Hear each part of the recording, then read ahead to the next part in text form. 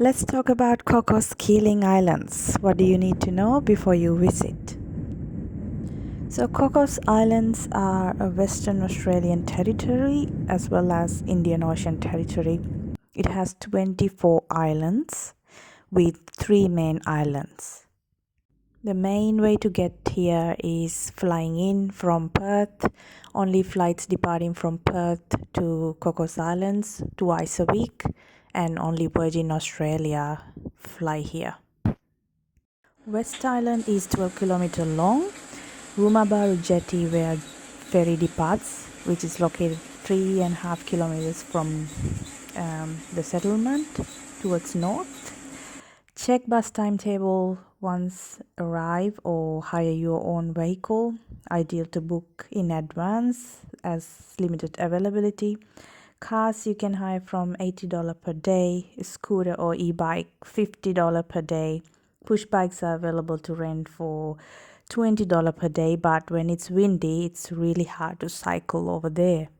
Most important thing, take some cash with you, or when you arrive you can take some cash out from visitor center, but visitor center is closed by 5 p.m.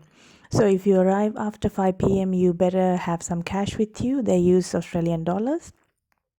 The reason is they use FPOS machines, but if it rains they lose all the reception, so they won't be able to use their FPOS machines or bank transfers. So it's better to have some cash with you, otherwise you won't be able to buy any food or grocery or pay for any tours or anything. And also the other thing is they charge 50 cents for their bus. So for each bus ride it charge 50 cents per person, so you better have some 50-cent coins with you. And for ferry it's cost $2.50 each way per person, so have some cash because they don't use any FPOS machines over there in ferry. By the way, this is the Cocos Keeling Island Airport, which is a very small airport, but it is a security control airport. So proceeding beyond the security perimeter is prohibited without the express authority of the airport operator. Persons found breaching the security perimeter may face fines and charges. Ferry to Direction Island only depart on Thursdays and Saturdays, so check ferry timetable and plan ahead. And there is no drinking water on Direction Island, Horsburgh Island or South Island. Make sure you take everything you need with you because ferry will pick you up 6 hours later, so you have a pretty much half day in the island. So there are shades and eco toilets in there, and also a lot of mosses when it gets dark. Please be aware the rip at Direction Island is a natural rip. It can be very dangerous and fast flowing. Please consider your fitness level and snorkeling ability in deep water and fast flowing currents before attempting it. There are no lifeguards or assistance for you if you get into difficulty out there. Here you can see some important information about services in the island, shops, their opening times, and also the tours available for you to do, and car hires and all the other hiring information. Bookings for all tours and activities can be made at the visitor center located at the administration building in West Island. Please note that prices and tour itineraries and departure times are subject to change at any time and are at the discretion of the tour operator. I highly recommend you to book tours through Cocos Keeling website before you arrive, because there will be limited options and may be sold out depending on weather as well. Bring your own snorkeling gear and fishing gear as well, unless you're doing a fishing tour. This is the supermarket in West Island, and this is the only one they have, and it is closed on Sundays. So before Sundays, make sure you have your grocery shopping done. Limited food items available here, and prices can be higher compared to mainland Australia. The eating out guide is available at the visitor center if you would like to take note or take a picture for your copy.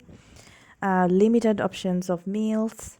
Salty's Grill and Bakery is open every other day, alternating with Salt Maker's restaurant for dinner. Open some days for breakfast and lunch as well. And also don't forget to write down your name on their board for dinner or breakfast or lunch. That tell them that you are coming. Tropica restaurant is open 7 days a week for breakfast, lunch and dinner. It's more like a Malay food buffet. Cocos Club is open 6 days a week from 5 p.m. but they only do drinks. Western Australian road rules still apply on the Cocos Keeling Islands. This includes wearing of bike helmets and seat belts.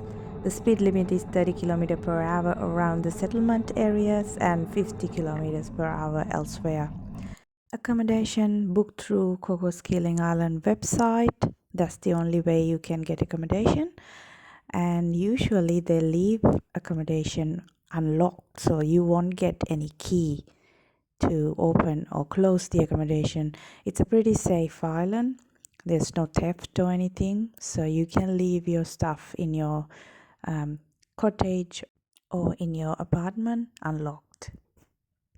If you are up to camping, you will find some free campsites in different islands, and the best one is Direction Island, which has the Australian's best beach, Cocos Beach.